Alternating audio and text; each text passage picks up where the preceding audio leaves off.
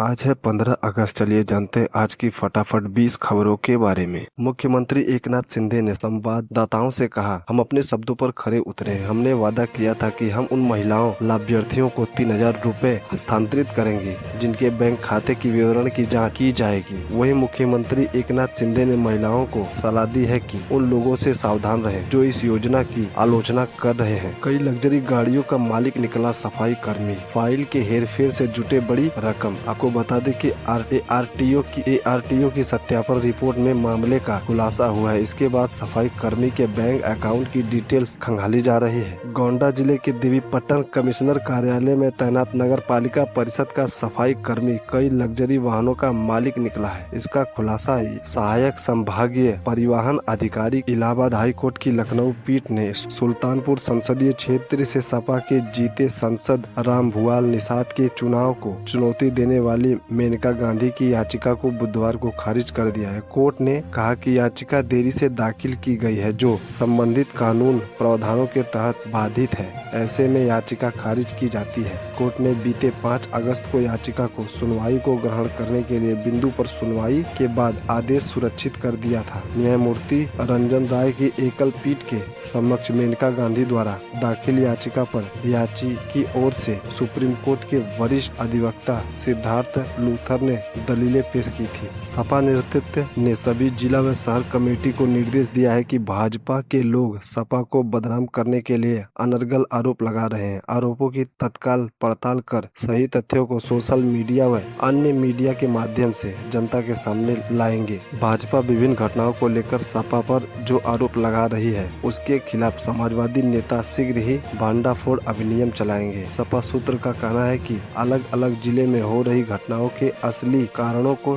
सामने लाने के लिए फैक्ट फायरिंग टीमें भी भेजी जाएंगी। सपा नेतृत्व ने सभी जिला व शहर कमेटी को निर्देश दिए हैं कि भाजपा के लोग सपा को बदनाम करने के लिए अनर्गल आरोप लगा रहे हैं। इन आरोपों की तत्काल पड़ताल कर रही तथ्यों को सोशल मीडिया व अन्य मीडिया के माध्यम से जनता के सामने लाएंगे। सीएम योगी आदित्यनाथ की खटास पर सपा अध्यक्ष अखिलेश यादव ने खटपट का पलटवार किया। अखिलेश ने पूछा है कि आपसी खटपट का क्या हुआ, यह खत्म हुई या झूठी मुस्कानों में यह दरार सिर्फ ढकी भर है। योगी ने मंगलवार को नियुक्ति पत्र वितरण कार्यक्रम में कहा था कि लोकसभा चुनाव में खटपट स्कीम लेकर आने वालों का अता पता नहीं है। अब हम खटपट नौकरी दे रहे हैं और वे चुनाव खत्म होते ही पिकनिक मनाने चले गए। इस पर अखिलेश ने ऐ के माध्यम से विज्ञात्मक अंदाज में कहा, और आपसी खटपट का क्या, अंदरूनी बात दब गई या दबा दी गई, खत्म हुई सार तकरार,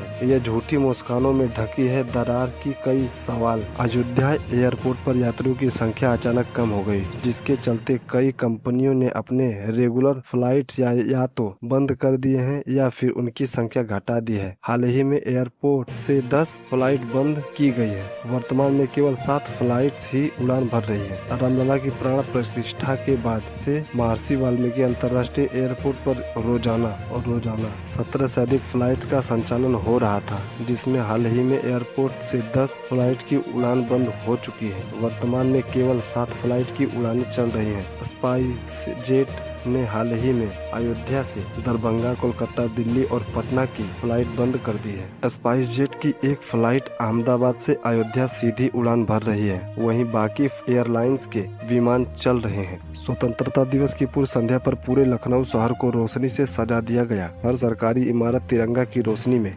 जगमग है। इसी तरह से जिला मुख्यालयों की प्रमुख इमारतों को भी सजाया गया है। लखनऊ में लोकसभा भवन, विधान भवन और शहर के प्रमुख मार्गों को तिरंगे की रोशनी में सजाया गया है। लखनऊ का लोकसभा भवन खास तरह से सजाया गया है। इसके मामले में स्थित विधान भवन को भी तिरंगे के रंग में सजाया गया है। भारत आज अपना 78वां स्वतंत्रता दिवस मना रहा है। इस मौके पर शहर में अलग अलग शहरों पर कार्यक्रम का आयोजन किया जाएगा। मुख्यमंत्री योगी आदित्यनाथ बाद विधान भवन के सामने तिरंगा फहराएंगे। शहर की हर पुरानी और सरकारी इमारत को तिरंगे की रोशनी में सजाया गया है। आपको बता दें कि लखनऊ का लोहिया पथ जिसे तिरंगे की रोशनी में जगमग किया गया है। इसके साथ लखनऊ के नगर निगम की इमारत पूरा शहर आजादी के रंग में रंग नजर आ रही है। स्वतंत्रता के सिपाही ठाकुर मोहन सिंह ने पहले तो देश की आजादी के लिए संघर्ष किया। इसके बाद वह सेनानियों को हक दिलाने की आवाज बुलंद करते रहे। उन्हें फिरंगियों ने कोलकाता में गिरफ्तार किया था। आपको बता दें कि उत्तर प्रदेश के फिरोजाबाद के रहने वाले स्वतंत्रता संग्राम सेनानी ठाकुर मोहन सिंह ने काफी संघर्ष किया है।